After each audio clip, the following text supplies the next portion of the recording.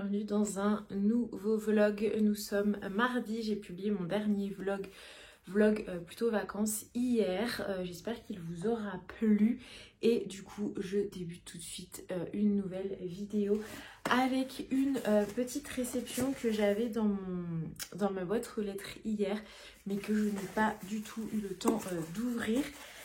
Je ne sais absolument pas ce que c'est. Et alors oui, ici, je voulais aussi profiter de ce début de vidéo pour répondre à un commentaire que j'ai reçu, commentaire très bienveillant hein, d'ailleurs d'une personne. C'était sous ma vidéo unboxing qui me disait ouais en fait ce serait peut-être pas mal d'ouvrir tes colis avant de tourner la vidéo pour éviter tous les bruits. Alors je sais que c'est une grande question que s'était notamment posée à un moment Estelle du compte Petite Lectrice. Et c'est également la question que je me suis posée avant de tourner et pendant le tournage de la vidéo unboxing, parce que c'est vrai que le bruit des enveloppes et tout même au montage, comme ça fait partie des sonorités les plus hautes, enfin bref, c'est pas, ça peut ne pas être vraiment très agréable. Et c'est une vraie question que je me suis posée. Après voilà, je me suis dit bon, il y a plusieurs écoles. Il y a l'école de en même temps c'est un unboxing, c'est pas un haul.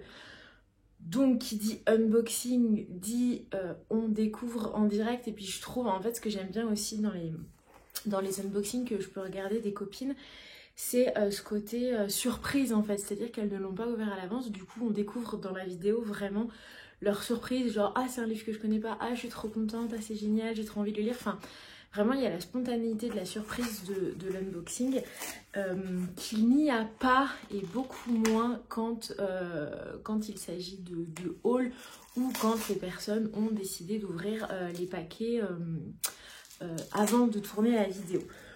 Donc, faut que je réponde d'ailleurs à cette personne, j'ai pas encore eu le temps, enfin voilà, le commentaire était vraiment très bienveillant, enfin, il n'y avait pas de soucis.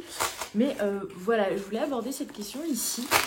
Et là, du coup, je suis en train d'ouvrir le colis en direct. Ah, trop bien!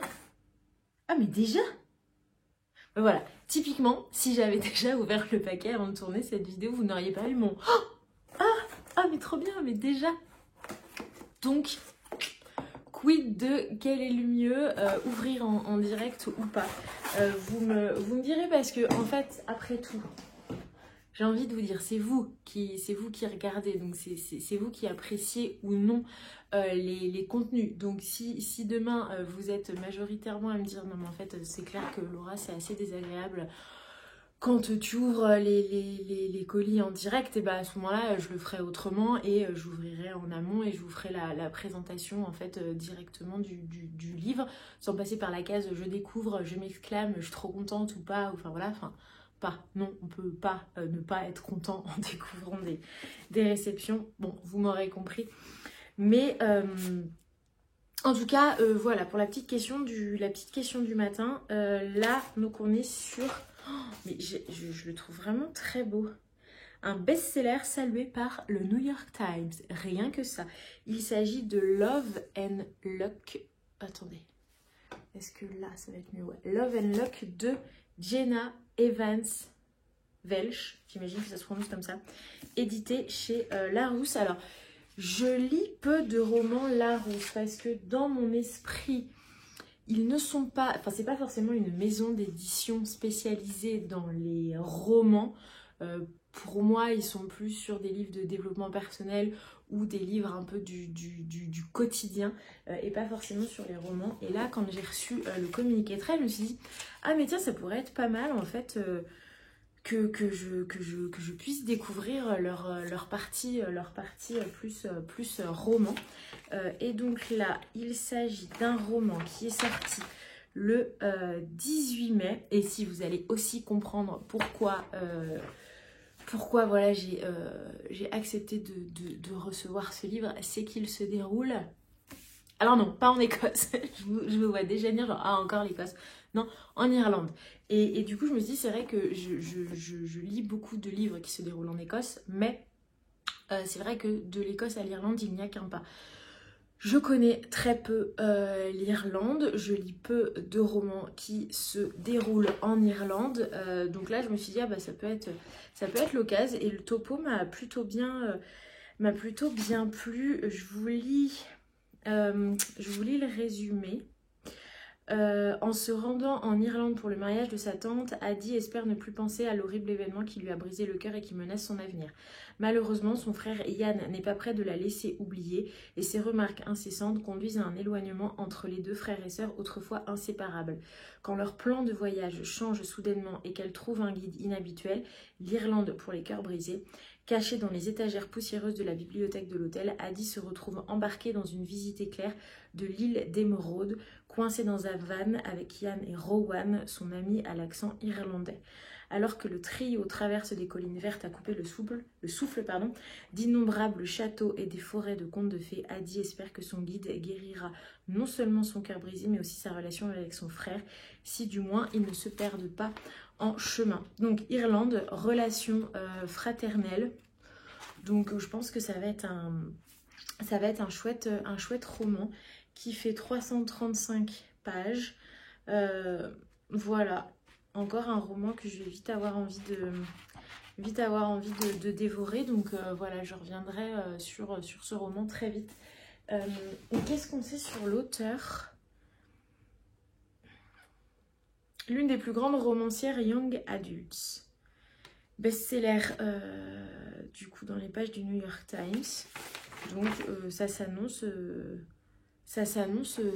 plutôt pas mal cette histoire. Je suis toujours dans ma lecture de Un diamant dans une boîte à chaussures de Sophie Céliès que je vais terminer parce que voilà, il me reste ça, j'ai bien avancé hier soir. Je vais le finir là ce matin. Et alors après, la prochaine lecture, c'est la grande question. Du coup, je suis allée dans ma bibliothèque et je me suis dit, alors, qu'est-ce que je sors ? J'en ai sorti 3. Du coup, ce que je vais faire, c'est que je vais faire un sondage sur Instagram et c'est vous qui allez décider parce que clairement, je ne suis pas capable de décider. Du coup, j'ai sorti le Cynthia Kafka, Je suis venue te dire, surtout qu'en plus, vous êtes plutôt nombreuses à m'avoir laissé un commentaire parce que j'ai fait des stories sur les réceptions que j'avais eues dernièrement. Et vous avez été nombreuses à me dire, oh là là, celui-ci, il est très bon, j'espère qu'il te plaira autant qu'à moi. Donc j'ai sorti celui-ci, édité dans la collection Instant suspendu chez Archipoche. J'ai sorti un des livres de la sélection Grand Prix des lecteurs, La fille de Joyce. Je crois que c'est Marie du Compulsion Books qui est en train de le lire. Elle a fini La maison au miroir et elle est en train de lire celui-ci. Voilà, donc celui-là, je sens que je vais éternuer. Je sens que j'ai un éternuement dans le nez là. Allez, on continue. Et celui-ci de Nathalie Achard, Week-end entre amis, édité chez Black Lab. Je l'ai sorti celui-ci parce que, en fait, depuis Tillier, je ne sais pas si vous vous souvenez, mais après Tillier, j'ai eu envie de faire envie et besoin de faire une vraie pause sur les thrillers policiers, etc. Mais du coup, maintenant, j'ai envie d'y revenir et je suis contente parce que Manon, les lectures de Manon, que nous ne présentons plus, n'est-ce pas, va organiser une lecture commune sur la mort, là, c'est pour ça que je regarde, La mort en tête de Cédric Cyr. Et du coup ça me fait plaisir en fait, ça y est, de repartir dans les thrillers policiers. Enfin ma pause aura été quand même plutôt courte hein, puisque ça ne fait que 15 jours que j'ai terminé le Tillier. Et du coup celui-ci voilà, il est pas très grand. Je l'ai sorti aussi parce que il va s'agir d'un huis clos d'amis qui se retrouvent le temps d'un week-end pendant 3 jours. C'est le temps qu'il suffira pour que ce séjour, comme mon bon vieux temps, vire au cauchemar. Et en fait, ça me fait terriblement penser un peu au huis clos que j'avais adoré de Christelle Duchamp, Le sang des Belasco. Donc, du coup, je me dis, ah, ça peut être pas mal, je vais peut-être retrouver un peu l'ambiance de Christelle Duchamp, ou pas du tout, mais on verra.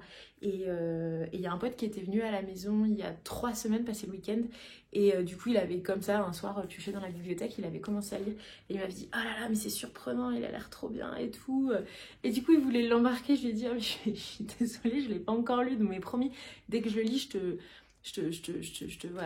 l'envoie, je te le passe et puis tu pourras finir la lecture. Mais comme j'avais très envie de le lire et puis bah voilà, c'est un service presse et forcément j'ai envie de le lire avant de pouvoir le prêter voilà, je voulais un peu le garder encore, mais du coup peut-être que je vais le sortir. Donc voilà, je vais faire une story Instagram, un petit sondage et vous allez choisir ma prochaine lecture. Comme ça va me voilà, dire, allez, c'est eux qui ont en main ma prochaine lecture. Je me dédouane totalement. Voilà, bon bah écoutez, je pense que je vous ai tout dit pour ce matin. Peut-être que je vous reprendrai dans la journée avec un update du Sophie Céliès, pardon. Et voilà, j'espère que vous passez un bon début de semaine et je vous reprends plus tard. Et bonjour à tous, nous sommes mercredi. Est-ce que c'est une journée qui s'annonce totalement squattage de canapé? Je pense à 90% du temps. Je suis en train de regarder des vlogs. Là j'étais sur le vlog lecture de Marie. Et je regardais un petit peu de trois publications faites sur la fameuse mise à jour Instagram. Pour celles et ceux qui ont Instagram, je ne sais pas si vous avez d'ores et déjà fait la mise à jour. Et j'ai l'impression en plus que chez certaines personnes, c'est automatique. Moi, pour le moment, je ne l'ai pas volontairement fait. Parce que ça me fait flipper. C'est un grand mot, mais disons que je crains clairement cette mise à jour qui, de ce que j'ai compris, nous offre de nouvelles possibilités de publication et qui ne sont, pour ainsi dire, pas forcément en accord avec ce qu'on essaye toutes et tous de transmettre sur ce réseau, sur Bookstagram. Et du coup, c'est Julien Rampin qui a fait une publication en story hier pour un petit peu voilà, savoir voilà, un petit peu avoir le retour des personnes qui avaient d'ores et déjà fait la mise à jour. Et en fait, il s'avère que du coup, on peut plus vraiment faire de posts, enfin de photos avec une légende, en fait, avec un post, une chronique de lecture. Ça ressemble à du TikTok avec le texte qui est en défilade en fond. Enfin, on part sur un truc qui semble plus se rapprocher d'un TikTok que du Instagram qu'on connaît aujourd'hui. Et moi, la question que je me pose, c'est que chez les personnes qui du coup résistent un peu, et on est plutôt nombreux, j'ai l'impression, est-ce qu'à un moment, l'algorithme d'Instagram ne va pas mettre nos comptes un peu de côté et moins les valoriser, ou en tout cas, du coup, ce sont des comptes qui vont peut-être moins remonter dans le fil. Après les questions de story, au final si on publie 10 stories, il n'y en a que 3 de visibles et il faut cliquer sur afficher plus pour voir toutes les stories. Enfin, ouais, c'est un peu le dépit. Alors après, je croise les doigts et je me dis, ils sont peut-être pas idiots s'ils voient que les gens sont pas fans de la mise à jour et que du coup, alors les gens quittent Instagram. Je sais pas si les gens vont quitter Instagram et peut-être qu'il y aura moins d'activité qu'avant. Est-ce que du coup ils vont pas faire marche arrière sur les mises à jour? Je sais que ça s'est déjà vu précédemment. Mais bon, en tout cas, de mon côté, je ne suis absolument pas convaincue par cette mise à jour qui clairement ne me convient absolument pas par rapport à ce que j'ai envie de transmettre et de partager autour du livre. Du coup, on en parlait avec Manon ce matin et on se disait, ouais, bah en fait, du coup, c'est pour ça que c'est cool d'avoir une chaîne YouTube, parce que si déjà sur Instagram, on peut plus vraiment s'étendre sur du coup un avis lecture, au moins il nous reste YouTube pour du coup, enfin voilà, qui est une place plutôt facile pour un petit peu parler lecture de façon un peu plus profonde, on va dire. Voilà. J'ai commencé du coup hier soir et c'est vous qui avez décidé. Pardon, je baille. Je suis venue te dire de Cynthia Kafka sous ma vidéo unboxing, je crois. Et sur Instagram, vous avez été nombreux et nombreuses à me dire, oh là là, ce livre, il est absolument génial, il faut que tu lises. J'ai lu, j'ai reçu un appel. J'ai lu 80 pages hier soir et j'aime beaucoup, beaucoup, beaucoup, beaucoup. Pour rappel, il s'agit de Rose qui a 28 ans et qui a beaucoup de choses à régler avec son papa. Et le jour où, en fait, elle se décide potentiellement à lui balancer un peu toutes ses rancœurs et tout ce qu'elle a sur le cœur, enfin donc du coup ses rancœurs, elle apprend par sa tante que son père est en soins palliatifs et que non seulement il est en soins palliatifs, mais qu'en plus il est sur la fin, et qu'en plus il ne peut plus parler, il peut juste répondre par oui en clignant une fois des yeux ou par non en clignant 2 fois des yeux. Du coup, Rose ne sait plus trop quoi faire de la situation. Elle est entre le bon bah en fait je peux pas lui parler, il peut pas répondre, et moi dans ma tête ça fait des années que j'imagine la confrontation et tout lui balancer, et là clairement je peux le faire mais je vais pas avoir de réaction en face. Donc du coup elle ne sait pas trop quoi faire. Après quand elle entre dans la chambre au tout début du roman et qu'elle voit du coup son père malade, un peu décharné et tout, d'un coup elle se dit oh là là mais en fait c'est peut-être pas du tout le moment de faire ça.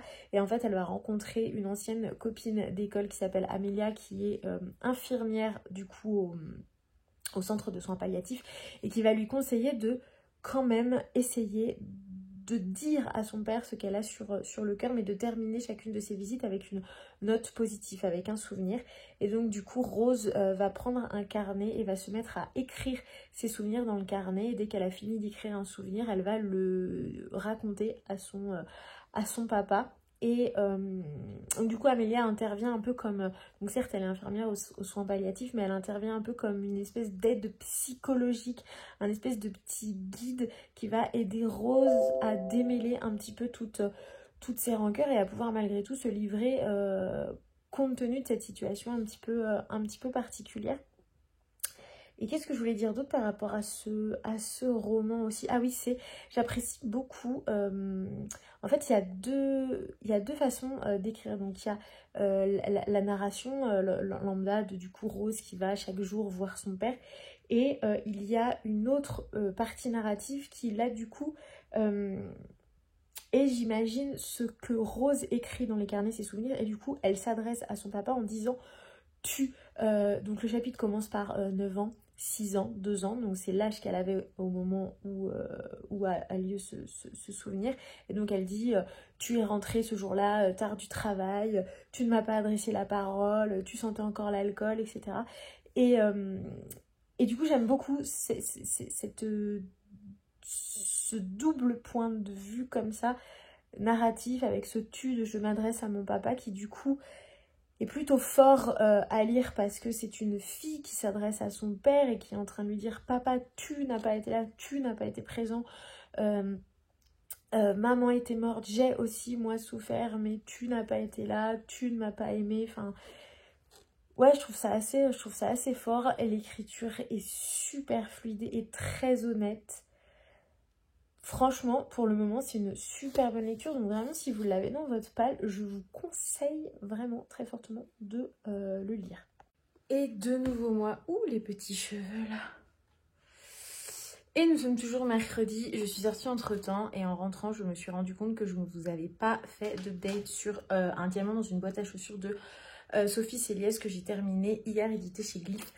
Alors, que vous dire de cette lecture? Donc, c'est une lecture clairement printanière, fleurie, fraîche, feel good. Enfin, vraiment, vous prenez tous ces mots, vous trouvez les synonymes et c'est bon, vous avez un peu le résumé de ce roman et mon impression. Donc, c'est une lecture qui passe extrêmement bien.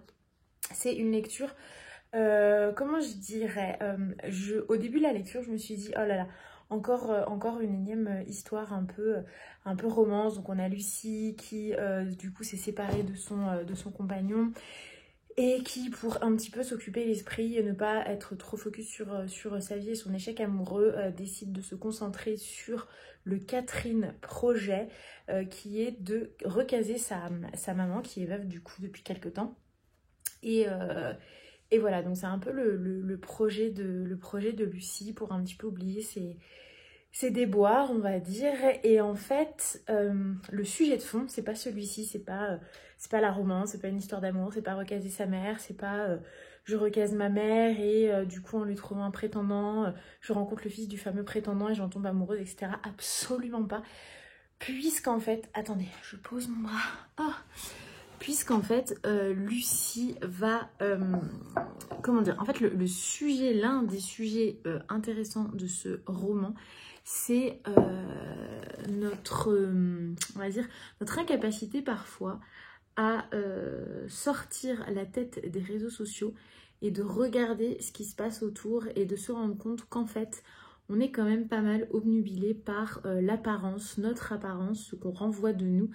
Et du coup, Lucie étant une personne qui tient un blog et qui est influenceuse un peu à fond sur la mode et les chaussures, elle se rend compte au fur et à mesure du roman dans l'histoire qu'elle passe un petit peu à côté de la réalité et qu'elle est vraiment focus sur son apparence et qu'elle se crée une apparence un peu loufoque pour cacher des blessures et des cicatrices qui ne sont pas encore refermées. Donc en fait, au-delà d'un roman léger, feel good, qui passe bien, pas prise de tête, il y a quand même un fond plutôt... alors pas grave, je dirais, on n'est pas du tout là-dedans, grave, ce serait exagéré.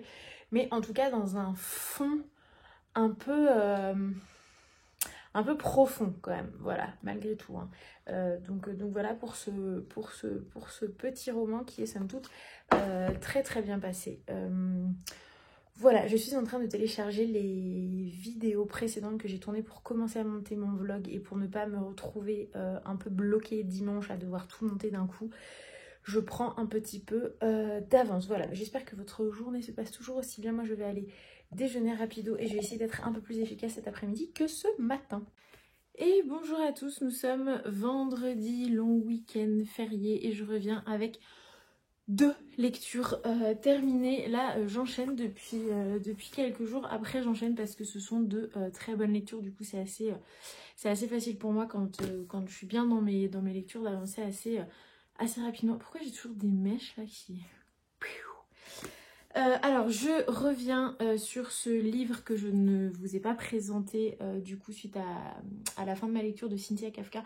Je suis venue te dire qui sort en poche le 5 ou 6 juin, je crois, donc aux éditions Archipel, dans la collection Instant Suspendu. Alors ce livre, je l'ai adoré, c'est-à-dire que je ne l'ai pas vu passer, je l'ai terminé avant-hier soir, mais il me restait 10 pages et en fait vraiment j'ai été saisie en me disant quoi, il me reste 10 pages. En fait c'est vraiment c'est très très rare que ça m'arrive où j'arrive à la fin du roman et je me dis waouh, en fait je suis déjà à la fin et sans même m'en rendre compte. Donc déjà ça c'est un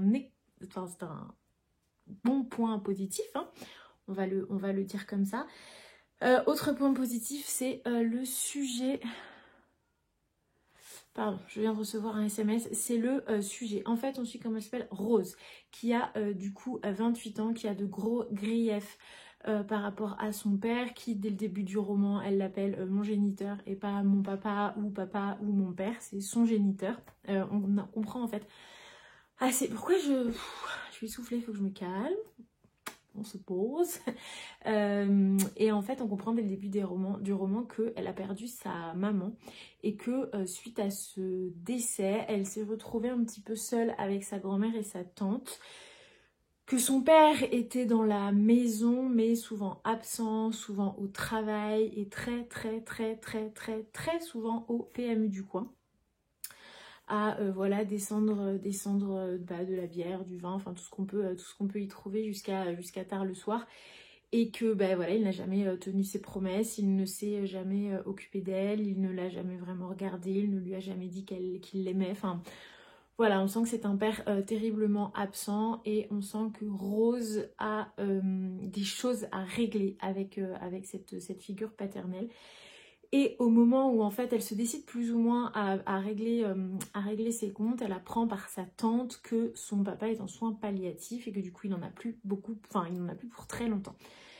Et quand elle arrive en soins palliatifs, donc du coup bien décidée à se dire oh là là, si c'est la fin, c'est maintenant qu'il faut que je vide mon sac, sinon je vais garder ça sur le cœur tout le reste de ma vie, je vais pas réussir à avancer. Et sauf que quand elle arrive aux soins palliatifs, on lui dit que non seulement son père est en fin de vie, mais qu'il ne peut plus communiquer, il ne peut plus parler, seulement avec ses paupières. Un clignement c'est un oui, 2 clignements c'est un non. Et du coup là elle se dit, ça la casse un petit peu dans son élan d'un petit peu déballer toutes ses rancœurs et tout ce qu'elle porte en elle comme ça depuis tant d'années maintenant. Et au final, elle va retrouver là-bas Amélia qui travaille aux soins palliatifs, qui est une ancienne amie, et qui du coup va l'inciter malgré tout à dire ce qu'elle a sur le cœur, à l'exprimer et à écrire dans un carnet tous ses souvenirs. Et tous ces souvenirs sont retranscrits dans ce livre sous forme de chapitres où elle s'adresse directement à son père en disant « tu ». Et ça voilà, je ne vais pas non plus revenir trop précisément là-dessus parce que je vous en ai déjà parlé quand même précédemment au cours de ma lecture. Et ça j'ai vraiment très apprécié, je trouve que c'est très percutant. Et en fait ce que je retiens de ce... Donc bien sûr il se passe plein d'autres histoires autour de cet échange que j'ai qualifié sur Instagram de silencieux mais de terriblement assourdissant. Alors c'est complètement contradictoire, mais ce que je veux dire c'est que c'est silencieux dans le sens où elle est seule, c'est pas une véritable conversation puisqu'elle est seule à s'exprimer, et donc il y a le silence de ce père qui ne peut pas réagir, et en même temps c'est terriblement assourdissant parce que ça a une portée absolument incroyable, cet échange justement silencieux qui du coup réussit en fait à débloquer tous les nœuds et qui permet à Rose de comprendre plein de choses sur sa vie, sur elle-même, sur son père, et du coup c'est genre... ouais, c'est assourdissant. Enfin, moi, j'ai trouvé ça vraiment assourdissant et puissant malgré ce silence qui réside entre eux, où du coup Rose fait la conversation elle-même du coup, en relatant ses propres souvenirs d'enfant à son père et en lui faisant passer quand même malgré tout deux trois petits messages bien sentis. Et donc du coup il y a plein d'autres histoires autour, puisqu'il y a du coup cette amitié qui se renouvelle entre Amélia et Rose. Il y a une amitié aussi qui naît entre le frère d'Amélia et Rose. Enfin voilà, il y a plein de choses, je ne vais pas tout vous décrire parce qu'il faut aussi que vous puissiez découvrir des choses. Mais vraiment, ce roman, je l'ai adoré. Et je comprends, ma maman m'en avait parlé en me disant qu'elle avait adoré. Et vous avez été nombreux et nombreuses à me dire, ce livre, il est incroyable. Et franchement, je confirme, il est dingue. Donc franchement, dès sa sortie poche, allez-y, foncez parce que il est, voilà, je suis venue te dire, Cynthia Kafka, retenez ce livre, il est foufou. Autre lecture que du coup j'ai faite hier, je l'ai lu en une journée, c'est-à-dire qu'après je suis venue te dire, j'avais besoin de changer d'univers et je suis partie dans du thriller, on va dire que c'est du thriller psychologique même, Week-end entre amis de Nathalie Achard, édité chez Marabout dans leur collection Black Lab. Alors, qu'est-ce que je peux vous dire? En fait, il s'agit donc de... Je me suis fait un petit papier récap parce qu'en fait, on a 1, 2, 3, 4, 5, on a 6 personnages qui sont amis depuis, on va dire, depuis la fac, depuis leur école de commerce. Il y a donc le trio de mecs qui du coup est un peu le point de départ de ce groupe d'amitié, donc qui est Édouard, Julien et Marc. Et il y a les +1, donc les femmes qui se sont rajoutées du coup à ce groupe. Donc il y a Marc qui est avec Agathe, Julien qui était avec Sylvie mais qui a divorcé de Sylvie et qui maintenant est avec Claire, mais Sylvie fait toujours partie du groupe, et il y a Édouard qui est célibataire. Et tout ce petit monde, donc ça fait 1, 2, 3, 4, 5, 6 personnages, et tout ce petit monde décide donc ils sont un peu tous cinquantaires, et ils décident de se retrouver tous sur un long week-end dans une maison qui est la maison d'enfance, la maison de famille de Édouard, qui est une demeure absolument majestueuse en pleine campagne, qui est un peu la demeure sur la colline. Et en fait, il se trouve que, donc déjà, on comprend au début que c'est très compliqué pour eux tous de trouver un week-end commun, parce que les enfants, parce que les divorces, parce que le boulot, parce que la garde, parce que tout ça. Et dès le trajet en voiture, on comprend que, waouh, alors moi, à leur place, clairement, ça ferait très longtemps que j'aurais mis fin à cette amitié, parce que clairement, on se dit, mais qu'est-ce qu'ils font tous ensemble dans cette bagnole à aller passer 3 jours ensemble? Il n'y en a pas un qui peut supporter l'autre, ils se critiquent, ils se balancent des scuds, mais enfin, tu te dis, les gars, c'est censé être un super week-end, donc il y a des petits moments un peu plus légers où Julien prépare une playlist, et du coup, c'est Julien ou Marc, enfin, je sais pas, il y en a un des deux qui a préparé une super playlist avec des titres un peu de leur adolescence et vie de jeunes adultes indépendants, donc c'est un peu la fête et tout. Édouard a fait en sorte qu'en arrivant, le frigo soit plein, que voilà, il a plein de bouteilles dans la cave, enfin voilà, de mettre bien ses amis.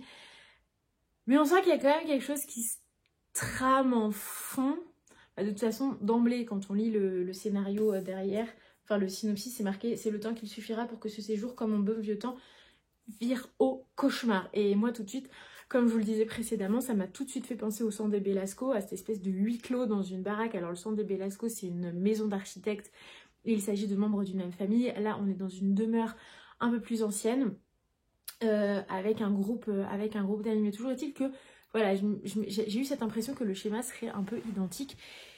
Il est un peu identique, mais la construction est complètement différente, le fond de l'histoire est complètement différent. Enfin voilà, c'est quand même 2 livres malgré tout très différents, mais qui utilisent voilà, ce fameux huis clos qui fonctionne quand même plutôt bien et qui offre une espèce de pression comme ça sur le lecteur qui est...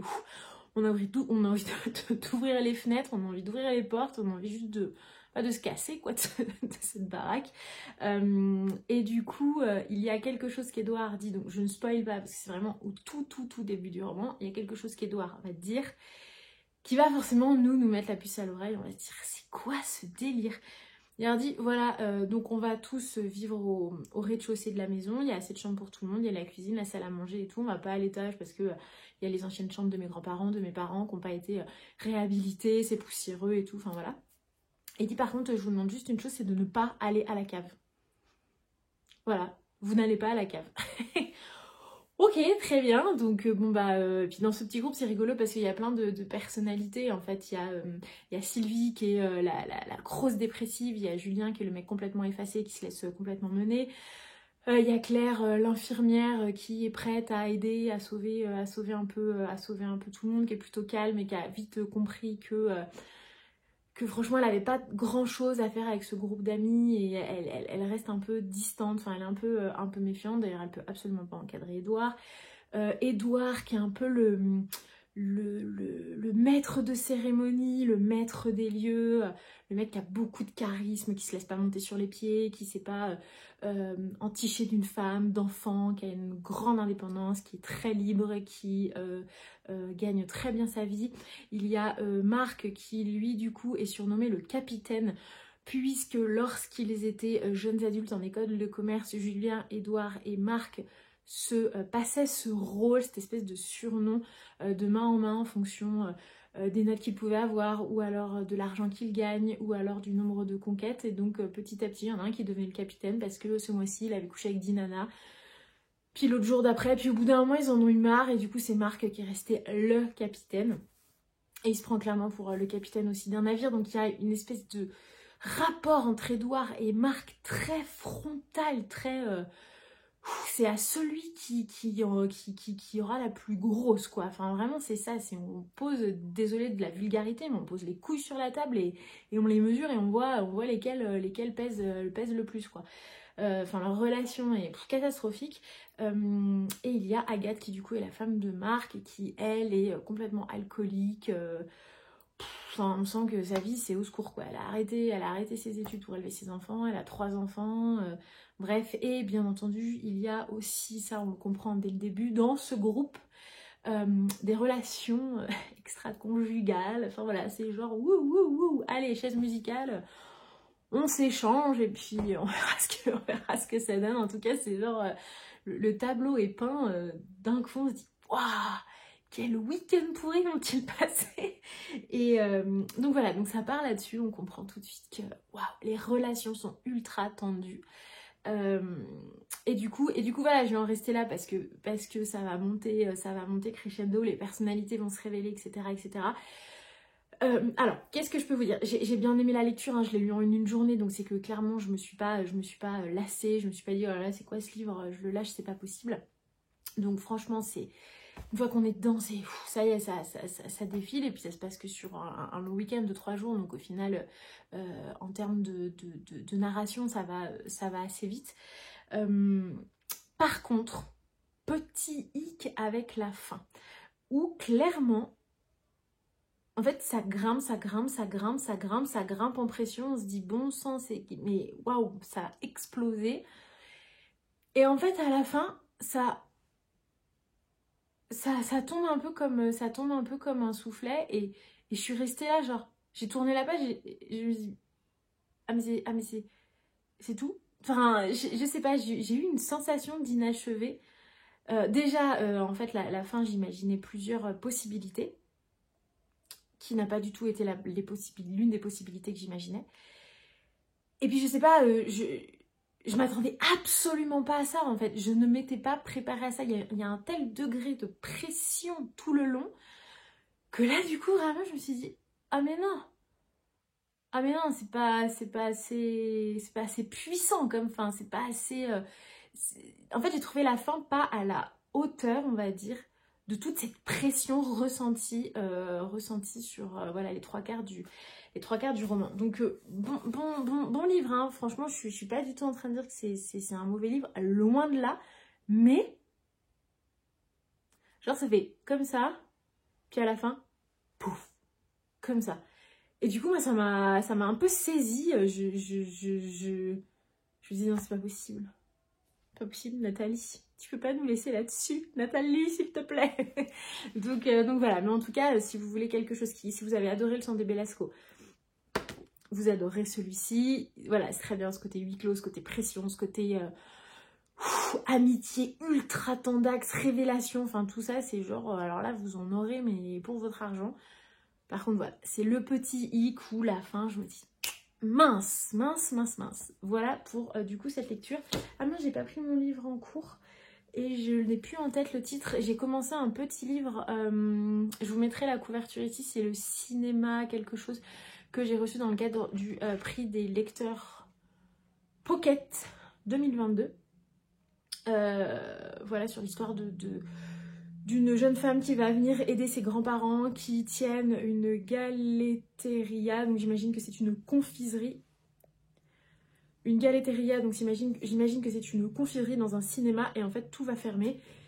Et du coup elle décide d'aller venir en aide à ses grands-parents puisque j'imagine qu'elle y a passé toute son enfance et qu'elle a un lien plutôt particulier avec ce lieu.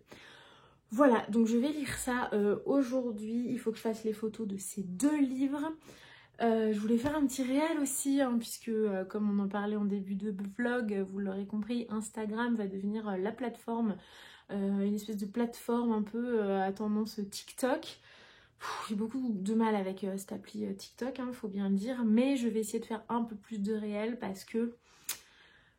Bon bah voilà, mine de rien, si on fait de la résistance, mais si on veut continuer à quand même partager notre contenu sur Instagram et vous partagez les livres, bah à un moment il va falloir s'adapter, trouver des idées. Donc je vais essayer de me crever un peu, de me creuser un peu les méninges pour trouver quelque chose de cool à vous présenter. Mais en même temps, on commence à être tellement nombreux sur Bookstagram que c'est vrai qu'au bout d'un moment les idées elle tourne un peu en rond, c'est dur de trouver de nouvelles idées, quoi, donc voilà. Bon, et écoutez, je vous laisse, je vous reprendrai plus tard avec très certainement l'update de ma nouvelle lecture, et je vous dis à plus tard.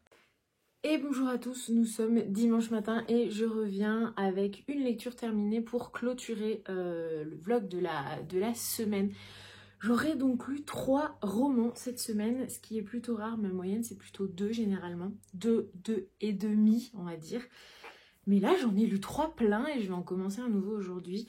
Du coup j'ai terminé Le cinéma de rêve face à la mer de Holly Hepburn que je lis dans le cadre du Grand Prix des lecteurs 2022 aux éditions Pocket.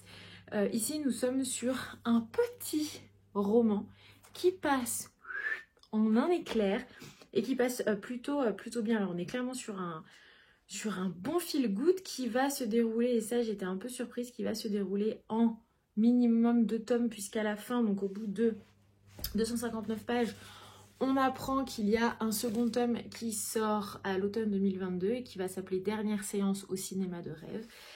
Alors il s'agit de quoi? Il s'agit de Gina. Gina qui est une jeune femme qui vit à Londres et qui travaille dans l'événementiel. Elle vit avec Max, son compagnon qui bosse lui plutôt dans l'immobilier. Et en fait ce qui se passe c'est qu'il y a Ferdi Ferrelli, je crois que c'est ça le nom de famille, Ferdi Ferrelli, waouh, Ferdi Ferrelli, on le reprend, qui est du coup son grand-père et qui tient une gelateria, je crois qu'on dit ça comme ça. Alors au début moi j'ai cru que c'était une confiserie, d'ailleurs je vous ai dit ça au début du vlog. En fait Pas du tout. C'est pas complètement une confiserie. En fait, c'est un vendeur de glace. Voilà, donc italienne, puisque du coup, ses grands-parents sont italiens. Et ils vivent dans les Cornouailles. Et en fait, un jour, son grand-père se casse la jambe. Et du coup, elle va en fait passer 3 mois dans les Cornouailles à Paul Whipple pour du coup aider son grand-père à la gelateria. Et en fait, on va dire ce glacier, parce que si je dis gelateria et que je galère à chaque fois que je prononce ce nom dans le vlog, ça va, ça va être un petit peu casse-pied.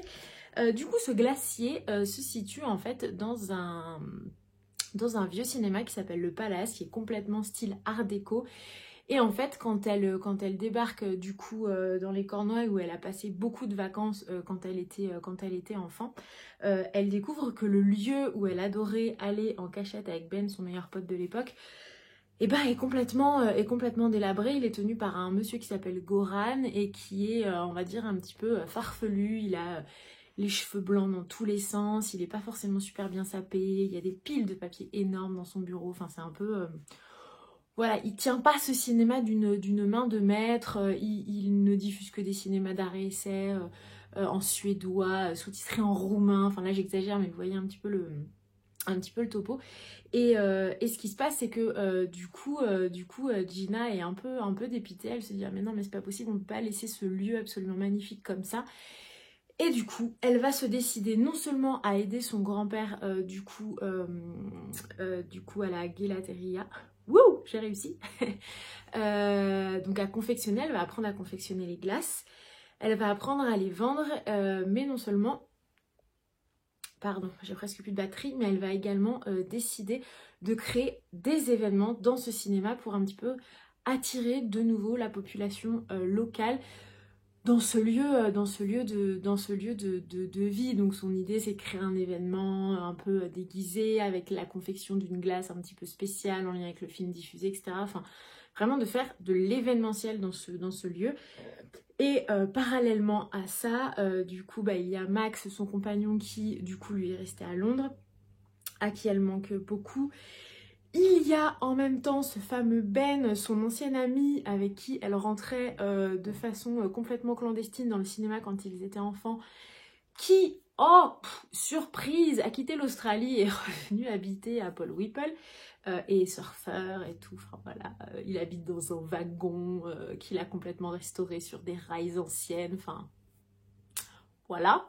Et du coup, vous imaginez, donc elle va se trouver un petit peu bloquée entre ce Ben et ce Max, et en même temps, il y a aussi toute la relation un petit peu de famille avec ce grand-père qui n'accepte pas forcément que sa petite fille mette le nez dans sa confection de glace, parce qu'elle a envie un petit peu de révolutionner tout ça.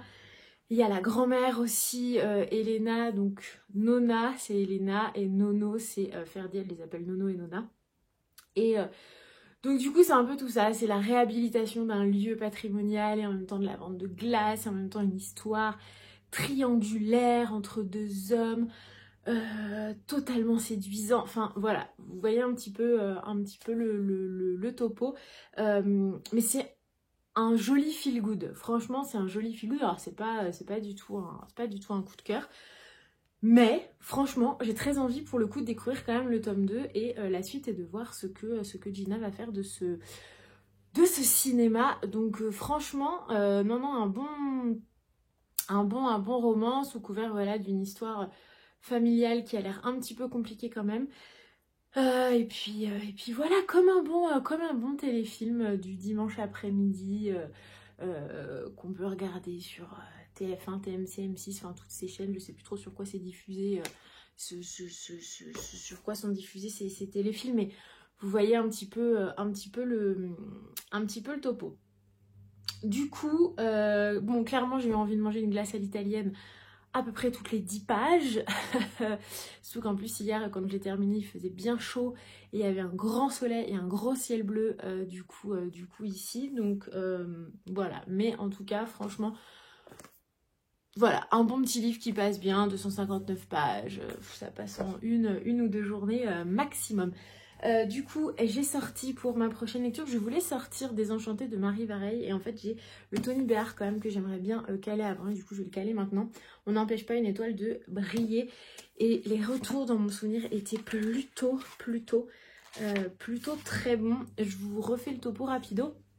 Paris 2021, une femme mystérieuse et charismatique, coiffée d'un large chapeau, son regard clair caché par de grandes lunettes de soleil, sonne chez Max Dahan au 19 bis boulevard Montmartre. Cet inconnu, c'est Sacha Volcan, que Max a passionnément aimé. Ils se sont connus dans les années 60 au temps du golf de Rouault et du rock'n'roll. Elle était dactylo, lui garçon de course et tous deux rêvaient d'Amérique et de musique. Complices, amants ou ennemis, leur histoire a traversé le temps et les continents. Chacun a fait des choix pour rester fidèle à lui-même. Alors pourquoi Sacha est-elle revenue en ce beau matin de juillet ? Des grands boulevards parisiens à Hollywood Boulevard, des pavés de mai 68 aux plages de Malibu, des hippies de San Francisco aux branchées des bains-douches, l'histoire émouvante et mouvementée d'un couple qui a fait le pari d'écrire ses propres règles du jeu, mais jusqu'où ? Voilà. Et il y a quand même une libraire, Lydie Zanini, qui dit « Vous ne dormirez pas, car Max et Sacha vont vous en empêcher. » Donc, si en reprenant le vlog demain, j'ai une mine de déterré, merci Tony Béard. Mais en tout cas, voilà, les retours sont excellents. Voilà, donc j'ai bien hâte de découvrir voilà, ce roman qui fait 400 et quelques pages, hein, presque 500 pages. Mais bon, mon rythme est quand même pas dégueu en ce moment, donc il y a moyen que j'arrive à me l'enquiller. Et oui, coup de cœur de Sophie. Pour cette incroyable histoire d'amour qui a su traverser les années, les difficultés et les océans. Voilà, donc coup de cœur quoi. Et Laura de Laura's Reading a été complètement emportée par ce texte qui restera en mémoire pendant longtemps. Non mais alors... Ok les gars, je vais tout arrêter et commencer à lire maintenant. Voilà, je suis extrêmement enthousiaste par cette prochaine lecture. Voilà. Écoutez, sur ces entrefaits, je vous laisse. J'espère que vous avez passé un très bon moment, une excellente semaine. Et on se retrouve comme d'habitude dimanche prochain pour un nouveau vlog. Et merci encore une fois d'être de plus en plus nombreux et nombreuses à liker, à venir vous abonner à la chaîne et à laisser des petits commentaires. Ça fait toujours grand plaisir. Et je vous dis à dimanche prochain.